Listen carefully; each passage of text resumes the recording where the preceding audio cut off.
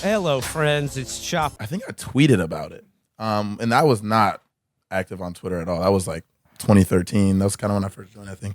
I remember tweeting about it, and then I actually remember one of my future teammates texting me and saying, "Oh no, don't comment on that. You don't know what's going on behind the scenes." So you had committed and you had commented on it in a public forum, and they were like, "Hey, like, yeah, they were like, they kind of like asked it, and at that time I was like, "Oh shit, my bad." Like you found Felix's old account, you found the Swarthy Villain account, retweeted that. You got a call from the athletic director saying, ixnay on that. So yeah, I wasn't a part of it going in, but I think at the end of the day, I think it was a very noble thing to do because of the fact that at Northwestern we got treated very well. Our coach, we have a very good coaching staff, very good administration. Our athletic director is awesome. And so we did get treated very well at Northwestern, but it really was an issue with the rest of the schools where, it's a lot different now, but at that time, people weren't getting guaranteed scholarships. So if you got hurt, you could just get cut, and then, your entire career is kind of cut from underneath you. And so there was a lot of different problems that we were fighting for that we didn't necessarily have a problem of ourselves, but we knew that was going around college football. Yeah, again, from reading that Sports Illustrated article, I was struck by how for a lot of people, I certainly didn't think about healthcare in college and how acute that experience of interacting with the necessity of absolutely guaranteed healthcare at that level is and could be as like a way to raise consciousness about how bad things are. And the other thing that I thought was interesting, again, to like break the stereotypes of what college athletes are thinking, is one of the main organizers, one of their main issues is that they really wanted to be pre-med and do football. Yeah. And there was just no way to balance the academic schedule with the football schedule. And he basically had to bet on football. Yeah. And then, if things didn't pan out. So I just thought that was very, it's a very interesting issue, and especially especially about the issue about like non-guaranteed scholarships. So there's like a 1-year scholarship where they're like, again, if you're someone for whom football is like your opportunity, like that's your opportunity to go to college or do something after college or something like that, and then you get like a 1-year scholarship that's contingent on you being good enough, like that's, or if you get hurt or something, like that's so like as part of being a college experience or like thinking more about politics, was your interaction with college football with the NCAA at the highest level? Did that radicalize you at all, or did that open your eyes to some of these same issues about like class and ownership and things like that? I think on a base level, they don't really want to consider us workers, but at the end of the day, we are a part of a multi-billion-dollar business, and we are the product, right? So at the end of the day, it doesn't matter what nomenclature you want to give to it. Like we are workers, right? And for us to not receive any type of compensation outside of our scholarship, which we as a collective group completely outperform that on a monetary level, for us to not see those benefits, I think it's wrong. I think it's just straight up wrong. But at the I think people always want to make the conversation that, how do you split the money and all that type of stuff. I think we can figure that out if you really, try. I don't think it's it's difficult, so let's just not do it. But I think what was really degrading for me in this whole experience was that our name was stripped away from us, right? So I couldn't go back home and be like Justin Jackson football camp while I was in college and make money off of that. Otherwise, I wasn't considered an amateur anymore. So they literally strip your name from you.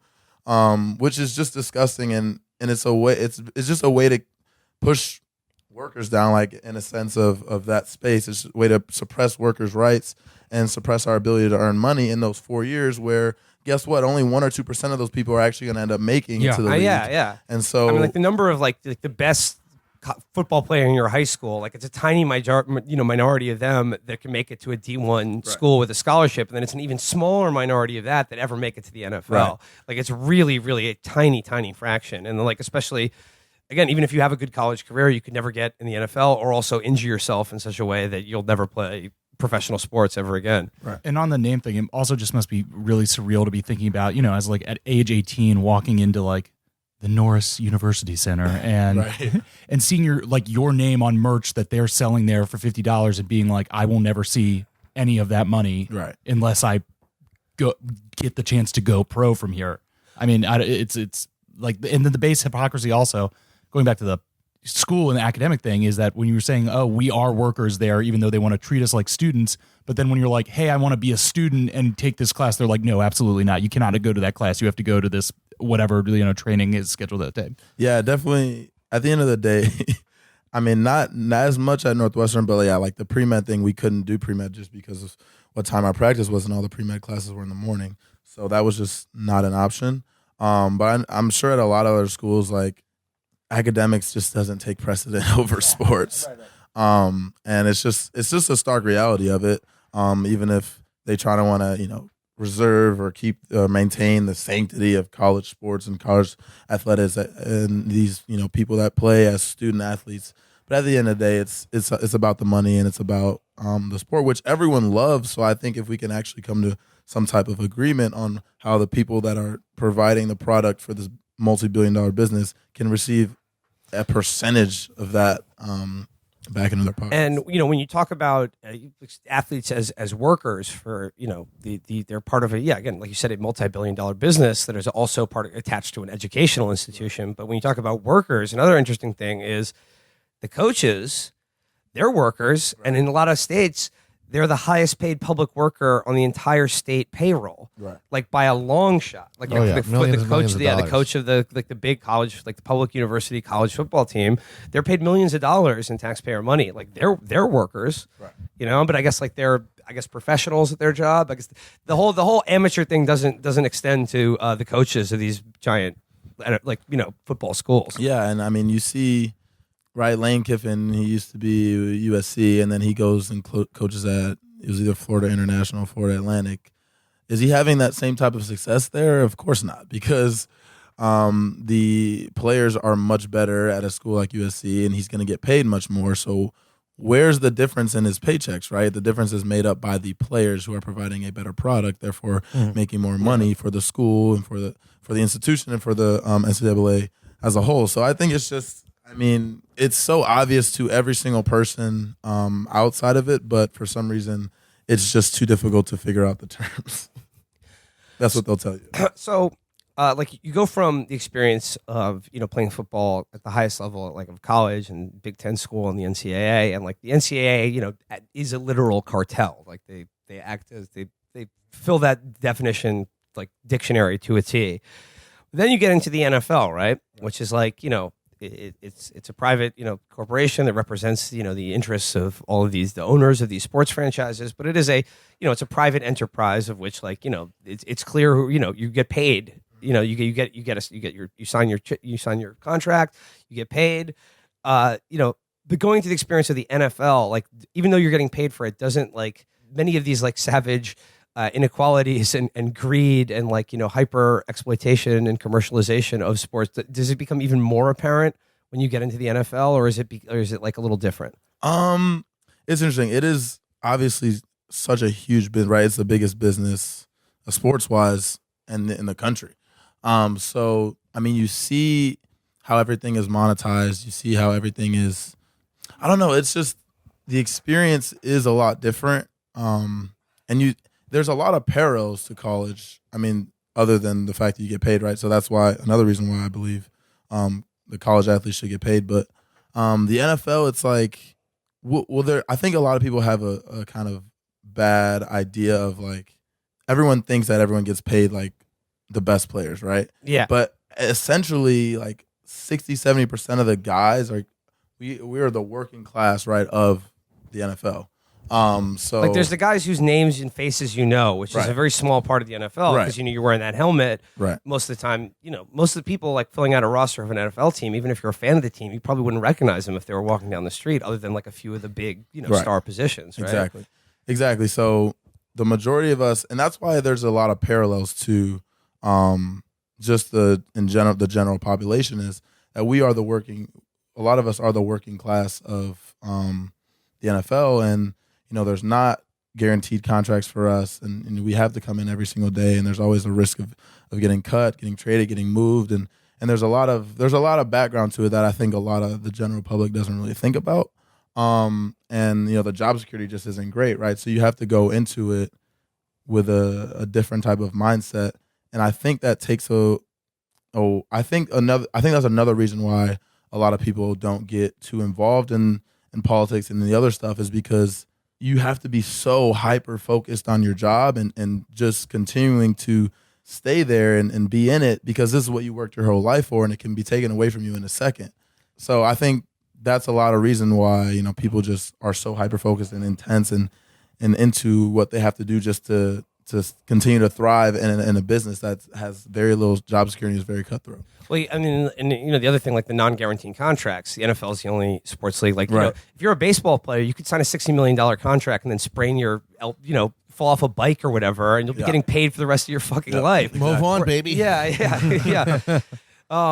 Same with the NBA. Like, you know, I mean, there's a long list of terrible contracts that have been given out, but at least those guys are getting paid. Right. The NFL, if you get injured, they'll cut you and you get no money. Yeah. You get no money. Mm-hmm. And again, like, I guess from the owners or the team perspective, they're like, well, it's just like, it's by far and away the most violent sport where it's like you're the most prone to injury. So like, why would we be guaranteeing all this money? That's like not right. But I mean, it seems. Do you lose your health coverage too? I mean, you get workers' comp, so I don't think you necessarily lose your health coverage. No, you don't. If you get hurt, you don't lose your health coverage until. I mean, they'll pay for even if you get released. They have to. I think they're obligated to pay what happened on the job. Right, exactly what happened on the job. But like, just, you know, like you mentioned, the NFL is like it's the biggest sports business in America. Football is the most popular sport by far. The NFL it makes by far the most money. It is kind of like a national religion of this country, and it is 100%. This kind of, you know, it is America's sort of gladiatorial games. Yes. You know, like the football is our modern Coliseum, and like, so like there's a strange dynamic as well, like culturally, like you know, especially if you're thinking about, you know, being a public figure or talking about things that are political, almost more than anything, like the bandwidth for what is acceptable, like when you're, you know, behind that NFL shield is so much smaller because it is a very conservative culture. The owners of these teams a lot of them are very right wing, and there's like, how do you feel about like the sort of like America's cultural relationship with football and the men who play it? I think the overall like idea that people have of football, right, is this, it's what they do on their week. They watch it on their weekend, or they'll go to the game, or they'll sit on their couch on a Sunday and they watch football, right? And so I think a lot of the times they want to take our humanity out of it because for a lot of people it's their entertainment, and right, they don't think of us outside of that space, outside of us on the football field, right? And so, and the fact that we're in helmets and there's more, there's 53 of us on each team, there's 32 teams. So there's so many of us as opposed to basketball, right, where everyone's more visible and the starters are playing most of the minutes, they're getting most of the attention, everything.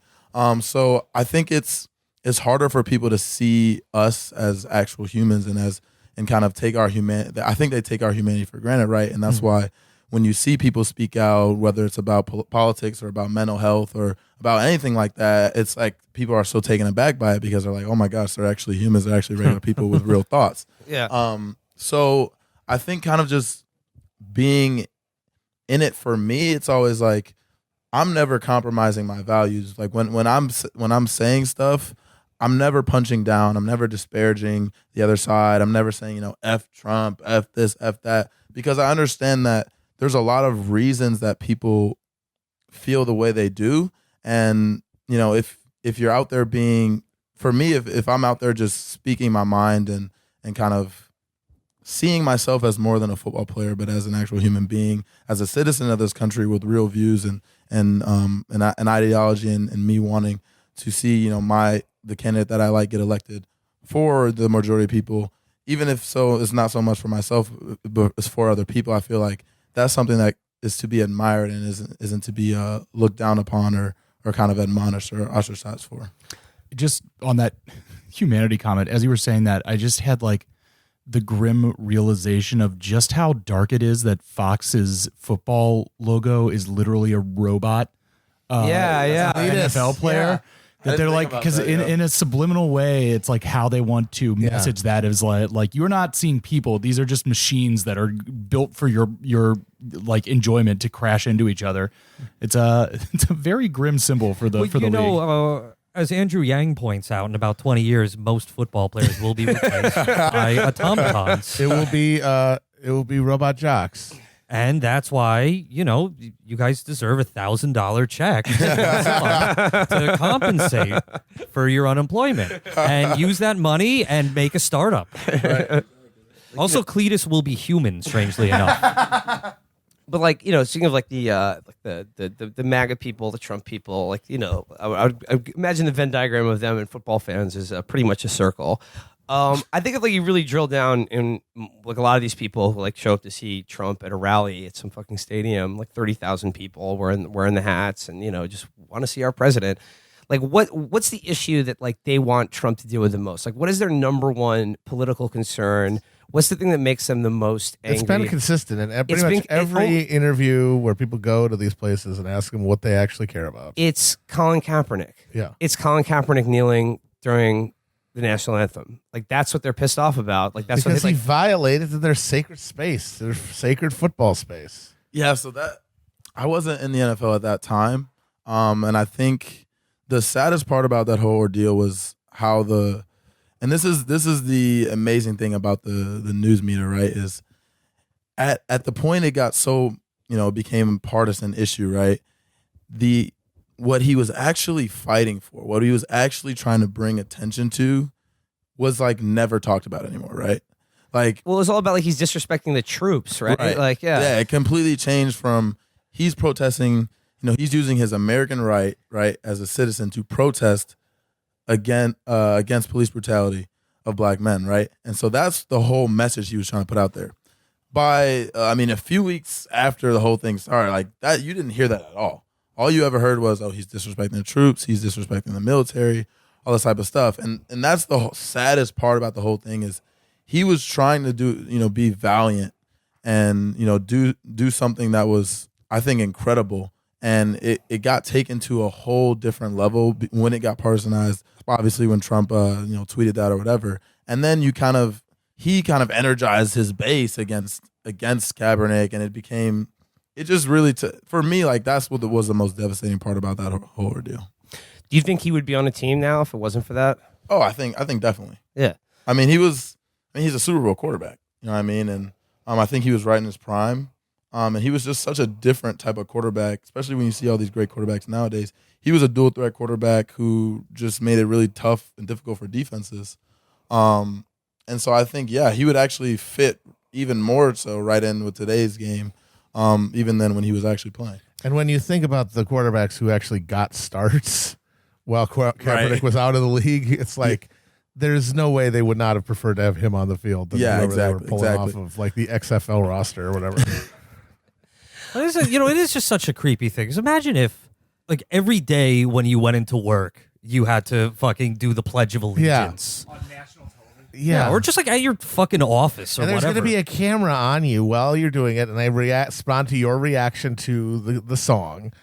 And everyone's going to be making sure that you're not doing anything that is disrespectful to the song. Rolling your eyes or you drooling. You can't be mean to the song. And I can't imagine just having to keep your face impassive, even though you probably don't give 0.2 of a shit. And but you were talking earlier about football is America's game, and so much of football, the sport, as it's experienced in America, just is America. Is the business of America. It's the self-image of America. It's the identity of America. But that's a very narrow bandwidth of what is American and what isn't. And in the NFL, earlier, in American history, at a time when, there was a very strong tradition of big time professional athletes who took very bold, radical political stands, Lou Alcindor, who would become Kareem Abdul-Jabbar, Bill Russell, Jim Brown, and the '68 Olympic team of black men in this country taking very radical political stands at a time when, I guess on the surface, America was a moral country, but they're hailed for it now, like Ali and guys like that. But they were loathed at the time. They were absolutely loathed. They were some of the most hated people in America for doing that, for disrespecting the Olympics, disrespecting the fans or the game or things like that. But if you wanted to take a political stand, from I think we should bomb Saddam, or supporting the troops is a political stance. At the Super Bowl, they unveil a 100-yard American flag and then a stealth bomber flies over the stadium.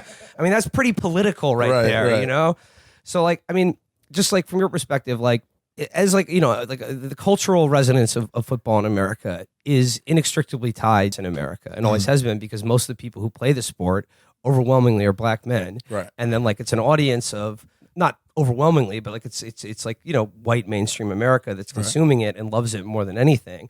And like, how do you feel like do you feel like is that tension still there? Like do you experience that at all? I mean, personally, I don't. Going to, it's awesome going to a Chargers game. There's like actually a huge amount of a Latino population.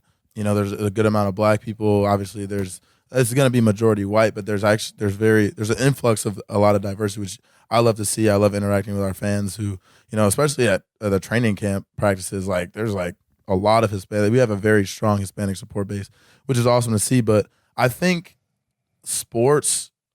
for me, sports has always been an amazing place, because it's a place, especially when I got to college, where I can interact with people from all teammates and brothers from all over the country. And we don't all have, there was 100 of us in college, so we didn't all have the exact same political views and stuff, but we could actually sit down and talk to each other, and we can disagree. And at the same time, I could still love them, and we could still, we eat together, we practice together, we play together, all this type of stuff.